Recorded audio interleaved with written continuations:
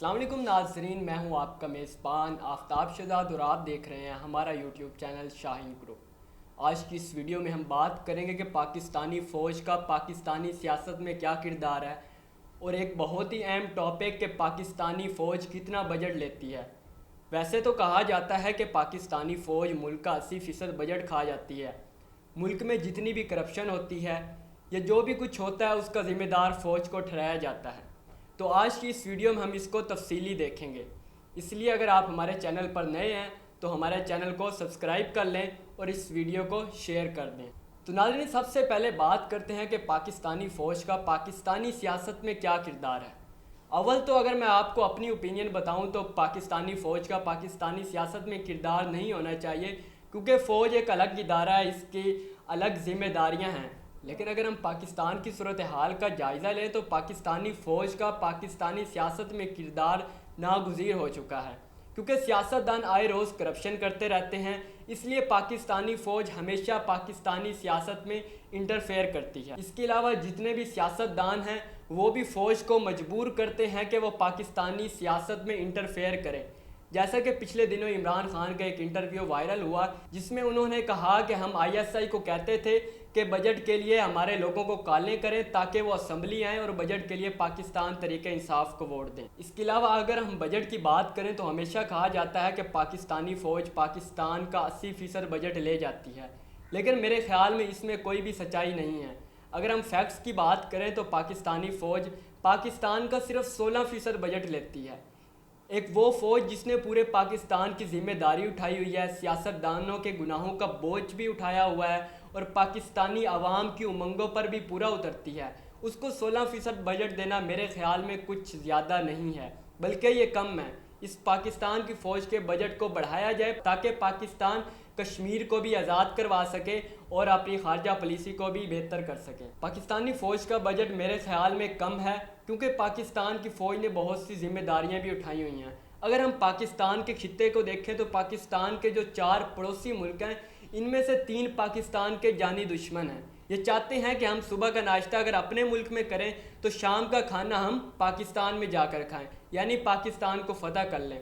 تو پہلے میں چلتا ہوں انڈیا کی طرف۔ جیسا کہ آپ جانتے ہیں کہ انڈیا کو پاکستان کا سب سے بڑا دشمن مانا جاتا ہے۔ کہا جاتا ہے کہ انڈیا پاکستان میں چائے پینا چاہتا ہے، شام کی چائے پینا چاہتا ہے تاکہ وہ پاکستان کو فتح کر لے۔ انڈیا ہمیشہ پے در پہ وار پاکستان پر کرتا رہتا ہے۔ انڈیا کے ساتھ ہماری بہت سی جنگیں بھی ہو چکی ہیں صرف مسئلہ کشمیر کی وجہ سے، اور وہ چاہتا ہے کہ وہ پاکستان کو فتح کر لے۔ لیکن پاکستانی فوج نے ہمیشہ انڈیا کے جو ناپاک عزائم ہیں ان کو خاک میں ملایا ہے۔ اس حوالے سے اگر ہم بات کریں چائنا کی تو چائنا سے ہمارے زیادہ حالات اتنے خراب نہیں ہیں، بلکہ پاکستان ہمیشہ چائنا سے دوستی رکھتا ہے کیونکہ اس کے ساتھ ہمارے تعلقات بہت ضروری ہیں، کیونکہ سلامتی کونسل کا پرماننٹ ممبر ہے۔ تو پاکستان ہمیشہ ایک پرماننٹ ممبر کو اپنے ہاتھ میں رکھتا ہے تاکہ کوئی بھی چیز کو ویٹو کر سکے۔ اگر ہم پاکستان کے تیسرے پڑوسی کی بات کریں ایران، تو میرے خیال میں ایران پاکستان کا انڈیا سے بھی بڑا دشمن ہے۔ ایران ہمیشہ اپنی ناپاک عزائم سے پاکستان کو ڈستا رہتا ہے، وہ پاکستان کو چھپ کر وار کرتا رہتا ہے۔ ظاہر تو ہمیں برادر اسلامی ملک کہا جاتا ہے ایران کو، لیکن ایران بالکل بھی ایسا نہیں ہے۔ پاکستان میں جتنی بھی دہشت گردی کی ایکٹیویٹیز ہوتی ہیں ان میں ایران ملوث پایا جاتا ہے۔ اگر ہم بات کریں کلبھوشن یادو کی تو وہ بھی ایران کے راستے سے ہی پاکستان آیا تھا۔ اس کے علاوہ ایران جو ہے وہ پاکستان میں شیعہ ازم کو بہت پروموٹ کرتا ہے اور وہ سنیوں کو بالکل اچھا نہیں جانتا، شیعوں کے حقوق کے لیے بات کرتا ہے، سنیوں کے حقوق کے لیے بات نہیں کرتا۔ اس کے علاوہ پاکستان میں جتنی بھی اسمگلنگ ہوتی ہے وہ زیادہ تر ایران کے راستے سے ہوتی ہے، تو ایران جو ہے وہ پاکستان کے خطے کے لیے بہت چیلنج ہے۔ اس لیے پاکستان فوج نے ایران کو سنبھالا ہوا ہے، انڈیا کو سنبھالا ہوا ہے، انڈیا جیسی قوتوں کا مقابلہ کیا ہوا ہے۔ اگر میں اس میں ایک اور بات ایڈ کرتا چلوں کہ اگر پاکستان کی جو ٹوٹل فوج ہے وہ صرف 6.5 لاکھ ہے، لیکن جو انڈیا کی فوج ہے صرف 10 لاکھ فوج کشمیر پر ہے، یعنی کہ اگر انڈین کے وہ کشمیر میں جو 10 لاکھ فوجی ہیں وہ چاہیں تو وہ پاکستان پر حملہ کر کے پاکستان کو فتح کر سکتے ہیں، لیکن آج تک کبھی انڈیا کی اتنی جرأت نہیں ہوئی۔ کبھی آپ نے سوچا کہ اس کے پیچھے کیا راز ہے؟ کیونکہ ہماری فوج صرف 6.5 لاکھ ہے، اگر وہ ان کی فوج تو ہم سے 4 گنا زیادہ ہے اور وہ پاکستان کو فتح کرنا بھی چاہتے ہیں اور وہ کر بھی سکتے ہیں اگر ہم عددی تعداد کے لحاظ سے دیکھیں، لیکن انڈیا کبھی کامیاب کیوں نہیں ہو سکا؟ کیونکہ ہماری فوج میں اتنا جذبہ ہے، اگر ہم ان کو کچھ دے رہے ہیں تو اپنی جان کا نذرانہ بھی پیش کر رہے ہیں۔ ہم روز سنتے ہیں کہ کتنے کیپٹن مارے گئے، کتنے بریگیڈیئر مارے گئے، کتنے سپاہی مارے گئے۔ وہ کیوں مارے گئے؟ وہ پاکستانی عوام کے لیے مارے گئے۔ اگر ہم رات کو سکون سے سوتے ہیں تو ہمیں اس امید سے سوتے ہیں کہ ہمیں کچھ نہیں ہوگا۔ وہ کس لیے سوتے ہیں؟ کیونکہ ہماری فوج، ہماری پاک فوج بارڈر پر کھڑی ہے، ہم سکون سے کھراٹے لے کے سو رہے ہوتے ہیں۔ تو اس میں صرف پاکستان فوج کو کریڈٹ جاتا ہے۔ اسی کے ساتھ ساتھ اگر میں چوتھے ملک کی بات کروں، افغانستان، تو افغانستان بھی بظاہر پاکستان کا دوست ملک لگتا ہے۔ پاکستان نے ہمیشہ افغانستان کی مدد کی ہے۔ پاکستان میں خود گندم کرائسس چل رہا تھا، لیکن جب طالبان کی حکومت آئی تو پاکستان نے طالبان کو گندم دی اور فری میں دی۔ پاکستان نے خود باہر سے امپورٹ کی لیکن طالبانوں کو فری میں دی۔ ان میں جتنا بھی کرائسس آیا، پاکستان افغانستان کی پوری دنیا میں آواز بنا، افغانستان کو بہت سے پیسے دیے، لیکن افغانستان بھی ہمیشہ پاکستان کو ڈستا رہتا ہے۔ ابھی آپ نے سنا ہوگا کچھ عرصے پہلے وزیر اعظم شہباز شریف نے اعلان کیا تھا کہ ہم افغانستان سے کوئلہ خریدیں گے، لیکن جو ہی افغانستان کو یہ بات پتہ چلی تو انہوں نے کوئلے کا ریٹ ڈبل کر دیا۔ تو جب ان کے ترجمان سے یہ سوال کیا گیا کہ آپ نے کوئلے کا ریٹ کیوں ڈبل کر دیا ہے، تو انہوں نے کہا کہ پاکستان باہر کی دنیا سے تو مہنگی چیزیں خرید رہا ہے، اگر ہم سے خرید لے گا تو پاکستان کو کیا ہو جائے گا۔ یعنی آپ ان کی سوچ کا اندازہ لگائیں کہ پاکستان جو ان کا محسن ہے وہ ان پر ہی پابندیاں لگا رہے ہیں اور ان پر ہی وہ چیزیں مہنگی کر رہے ہیں۔ اسی حوالے سے اگر ہم دیکھیں کہ پاکستان میں اگر کوئی بھی مصیبت آتی ہے، کوئی اگر زیادہ بارش آ جاتی ہے، ایون اگر پاکستان کے زیادہ نالوں میں پانی آ جاتا ہے، تو ہم کس کو طلب کرتے ہیں؟ ہم فوج کو طلب کرتے ہیں۔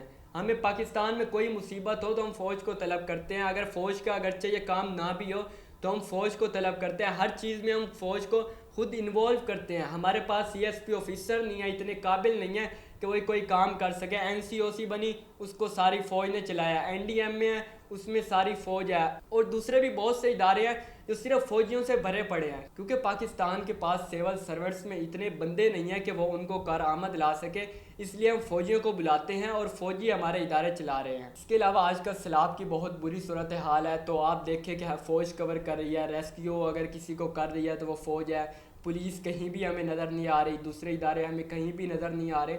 تو حالانکہ یہ کام فوج کا نہیں ہے، لیکن فوج پھر بھی کر رہی ہے۔ جب پورے ملک کو فوج نے سنبھالا ہوا ہے تو ہمیں فوج کے بجٹ سے مسئلہ کیوں ہے؟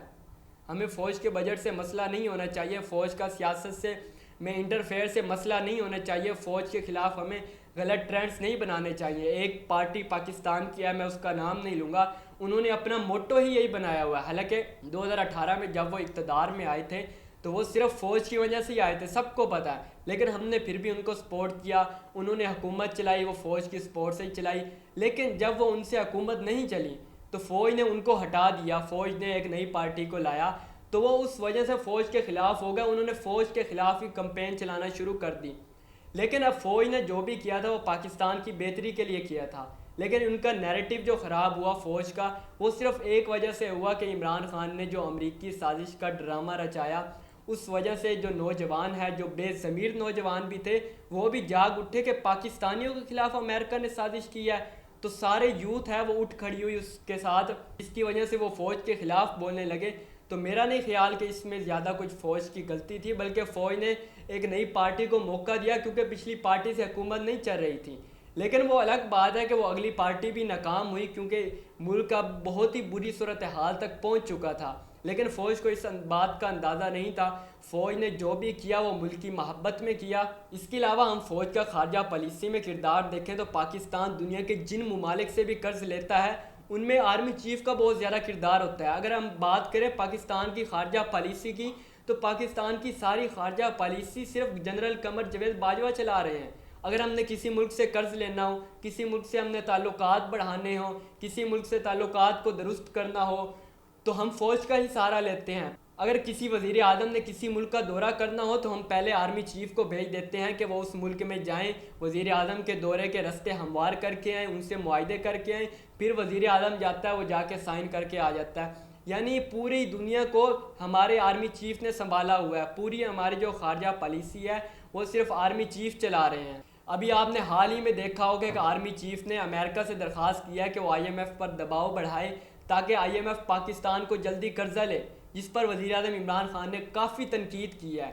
لیکن اگر ہم بات کریں عمران خان کے دور کی تو عمران خان کے دور میں بھی جنرل قمر جاوید باجوہ پہلے امریکہ جایا کرتے تھے، وہاں پہ سارے معاملات سیٹل کرتے تھے، اس کے بعد وزیر اعظم عمران خان ادھر جاتے تھے اس ملک میں اور جا کے معاہدے کرتے تھے۔ جو وزیر اعظم کا دورہ بہت مشہور ہوا عمران خان کا، جب اس نے ٹرمپ سے ملاقات کی تو اس میں پہلے کون گیا تھا؟ اس میں پہلے جنرل قمر جاوید باجوہ گئے تھے، انہوں نے ٹرمپ سے ملاقات کی تھی، سارے معاملات سیٹل کرائے تھے۔ اس کے بعد وزیر اعظم عمران خان نے ایک اچھا دورہ کیا، اس کا کریڈٹ سارا وزیر اعظم کو ملا۔ اب جب ان کو نکالا گیا تو سارے اب وہ فوج کے خلاف ہی بول رہے ہیں، فوج کے خلاف ہی ٹرینڈ کر رہے ہیں۔